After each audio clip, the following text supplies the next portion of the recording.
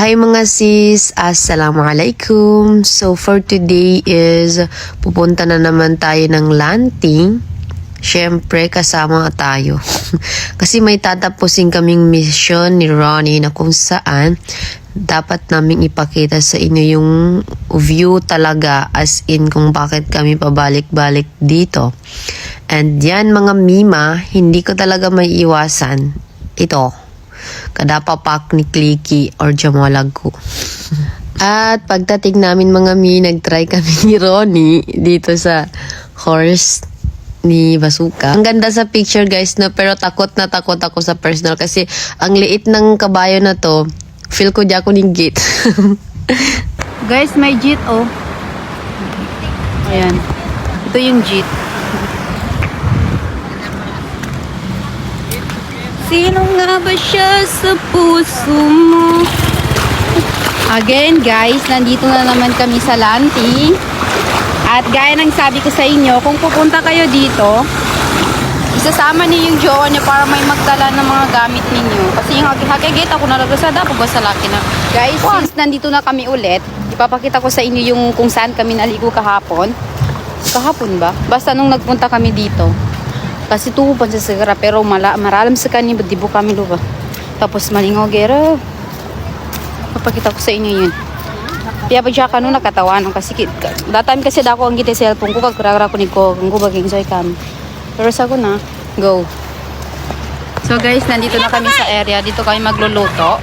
Balilubay ti padalong ko sa kalun. Sami padalong ko to sa kalun bawangan namin amimay. Maralam gid zamba guys.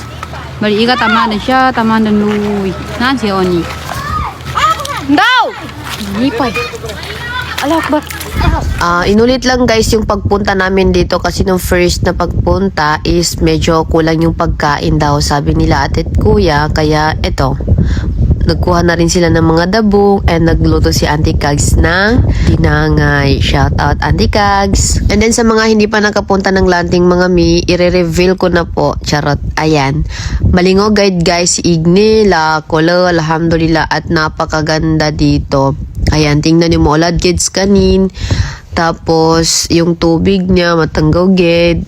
Kaya I think perfect ito siya every malulamanan. Like gusto natin ng peace of mind.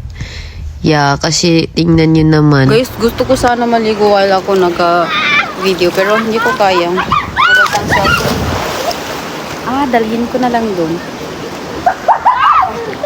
Sa wakas guys, naka-survive tayo dyan. Then nadala ko yung cellphone ko. Ayan, ito po yung sinasabi ko sa inyo na begwa nami. Kasi nga, maganda dito guys, maralam. Tapos malugas. Agad wato niya. Ano, tibuka, ani? Go, tibuka. Go, ani. One. Sige, sige, bilisan mo. 1, 2, 3, go! Okay. Ding! Ang bato!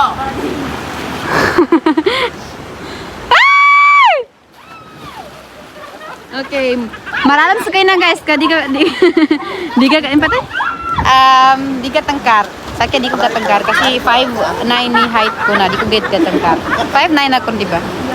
Guys, super kuana. Malingaw. Gilag. Grabe kalingonin. Ayan.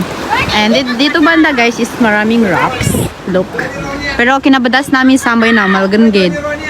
Pero dinala ko yung bag ko para di mo hulog. Okay, so maliligo na ako guys. Guys. Wow. Look. Ang ganda. Pasas niya ka na ba guys sa talos ko na pang siya ka. Nabi mga siya pang view mapya.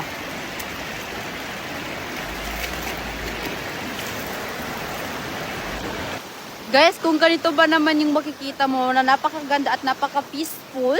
As in, papagdak sa inyo mga sis. Ayan, Masya Allah. Ang ganda.